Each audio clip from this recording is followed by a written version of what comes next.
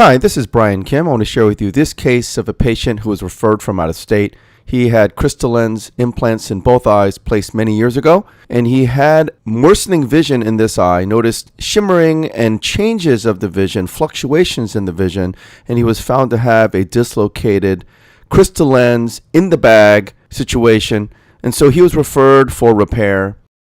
You can see this is a patient at the slit lamp, and it's not that obvious initially, but as he moves his eye from side to side and up and down, you can see the shimmering of the lens, and it might not be that obvious on the slit lamp on this picture, but the lens is sitting very, very posterior. So again, not obvious, doesn't show the dislocation that much as far as centration, but it's definitely sitting far more posteriorly than usual. So you can see this is a patient under the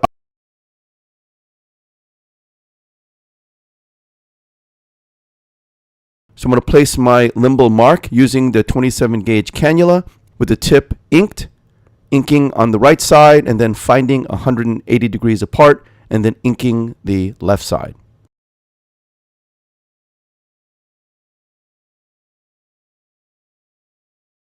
And this is a fixed caliper from Epsilon. Again, I don't have any financial interests.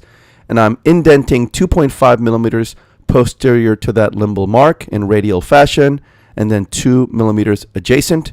Again, indenting the sclera and then inking those indentations. You can see this patient has some conjunctivochalasis, and we'll see how that may factor in as we proceed with the surgery. Do the same thing on the other side. Again, 2.5 millimeters posterior to the limbus on the left side.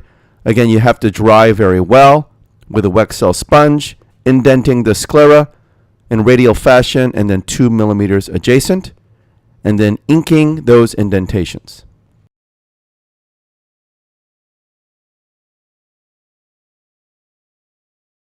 And this is a trocar for the pars plana incision, indenting 3.5 millimeters posterior to the limbus, tunneling about 2 to 3 millimeters towards that indentation, turning perpendicular and flat, and then diving down. These are my incisions to explant this lens.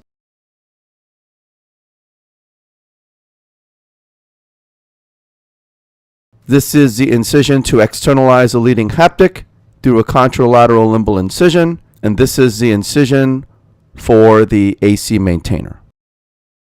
Injecting some dispersive viscoelastic. You can see the lens is bowing back quite a bit.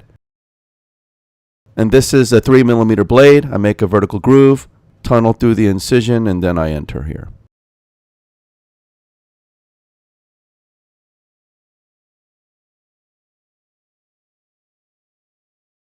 This is a 22 gauge thin-walled AC maintainer by Epsilon. Again, no financial interests. Performing anterior pars plana vitrectomy, making sure there's no vitreous in that area.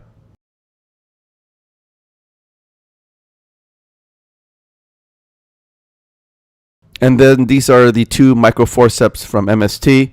I'm trying to grab the lens, but you can see the capsular bag is getting in the way. So the bag is somewhat intact, but again, obviously very loose. And so I realize I have to go from behind. So I place the vitrector through the pars plana incision.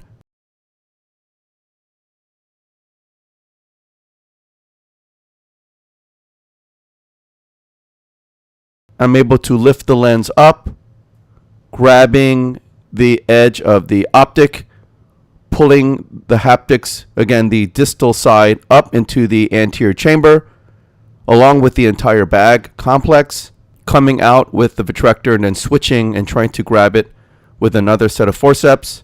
Again, because the bag is still there, it's a little bit of a challenge to grab the lens and pull it up. Again, because it's silicone, it's very slippery. Finally, I'm able to get the proximal haptics. You see these whiskers are a little bit tedious, but you can see the bag. The bag doesn't have any lens material. You don't see any fibrosis. It's almost invisible, and this is a characteristic of a dead bag. And so I'm using serrated forceps in my left hand and then scissors in the right. I amputate the proximal haptic.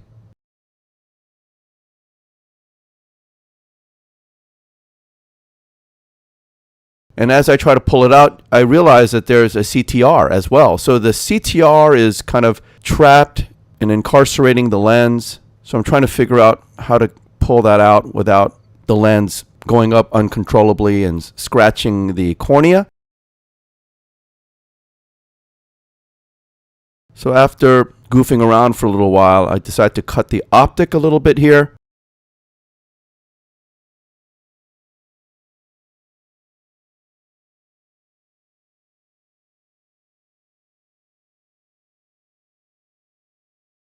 Pushing some more dispersive viscoelastic to pull the lens back, and then I'm able to pull that CTR out now.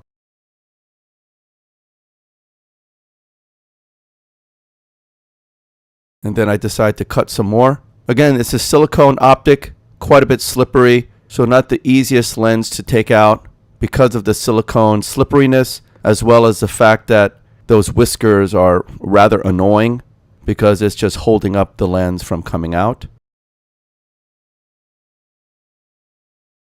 So you can see I'm cutting the optic in multiple pieces.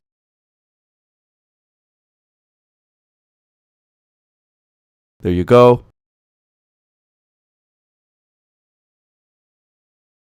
And then I'm going to turn that last piece around, grab the haptic with my left hand, and then cutting the optic-haptic junction again. So I can't grab that optic piece because of the slipperiness. So I switch hands, pull the haptic out, and then grabbing that piece of, the last piece of optic with the serrated forceps, the IOL holders.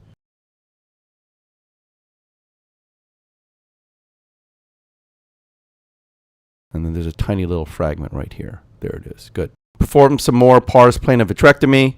So far, no evidence for vitreous in the anterior chamber. A nice bolus of dispersive viscoelastic in the anterior chamber.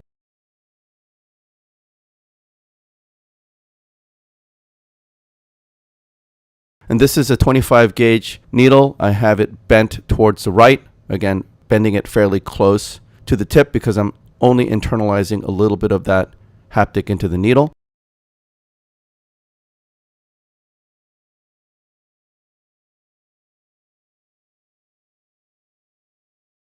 This is the right side needle. I'm bending it about 9 millimeters from the tip, and I'm having the bevel facing towards the main incision. This is the left side needle bent at the hub with the bevel facing away from me towards the contralateral limbal incision. This is the emerald cartridge.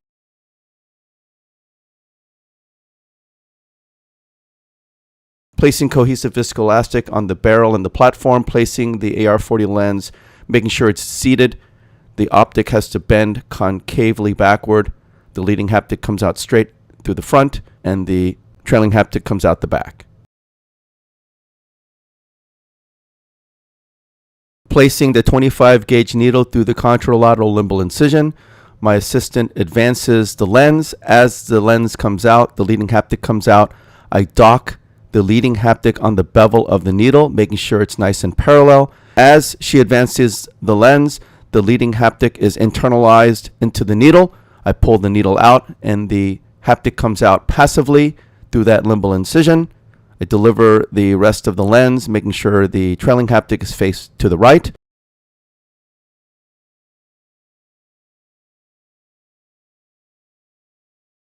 Pushing some more dispersive viscoelastic. Now I'm ready for the right side needle. I used the caliper to mark it one more time because of the conjunctival chalasis. I stab the conjunctiva and sclera at the first mark, tunneling and staying flat, making sure I'm penetrating through the sclera for 2 millimeters, and then I dive down. I take the smooth microforceps and I sweep to the left as I slide the haptic, the trailing haptic, into the eye, and then I'm able to dock the haptic on the bevel of the needle, and I'm able to push a few times and it goes in.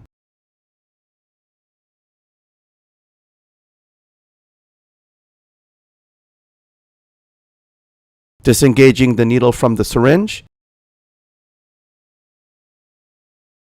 Placing the leading haptic into the angle. Holding the contralateral limbal incision with forceps. Stabbing at the conjunctiva and sclera at the first mark staying nice and flat, tunneling through the sclera 2 millimeters and then diving down.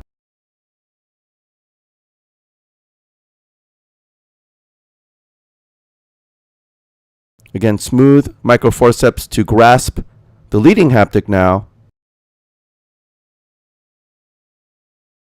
Trying to align the haptic to the needle, placing the haptic on the bevel of the needle, 2 pushes, and then I'm in. Withdrawing both needles just a little bit, and then withdrawing the left side needle all the way, but limiting how much of the haptic comes out to minimize any stress on the optic-haptic junction. Cauterizing the tip, you can see the haptic is nice and flat along the scleral surface, which tells you there's nice scleral support for the lens. Pulling the right side needle in similar fashion, limiting how much haptic comes out of the eye.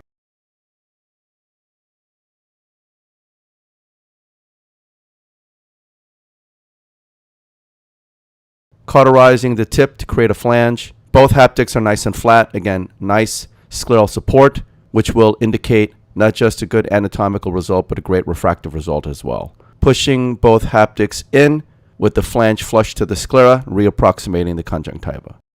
Placing a 10-0 nylon suture to close the main incision.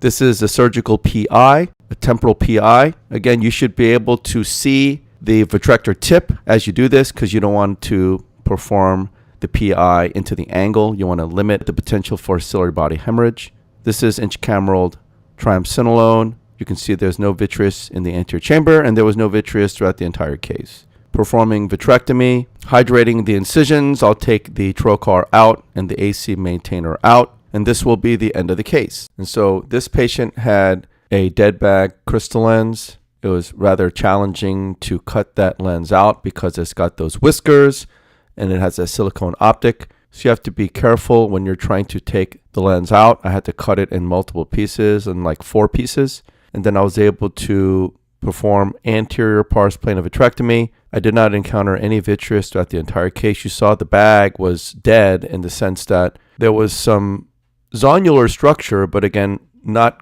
very stable. You saw the lens was bowing posteriorly, a lot of pseudophagogenesis. But because I couldn't grab an area that was fully dislocated, I had to go through a pars plana incision, lifting the lens up with the vitrector and then grabbing the edge of the haptic with the forceps, and then I was able to pull it up in the anterior chamber. Once I got the lens out, I performed my Yamane technique, externalizing the leading haptic through a contralateral limbal incision using a 25 gauge needle passive docking technique, and then going after the trailing haptic first, making sure I tunnel 2 millimeters when I'm stabbing through the sclera. By tunneling 2 millimeters on both sides, you get a nice scleral support for the lens, and this most approximates an in-the-bag IOL placement. This patient wanted near vision for this eye. He had done monovision before. He knows the Crystalens is gone and the AR40 lens is monofocal, and so he shot for around a -2 with the surgery. Fortunately, he ended up about a -2.25 plus a half, which is exactly what we wanted. And I targeted around a -0.5, -3/4 for the lens target. And this patient was very happy. Again, so he's from out of town, so he's come back. He's recovered for about a month or so.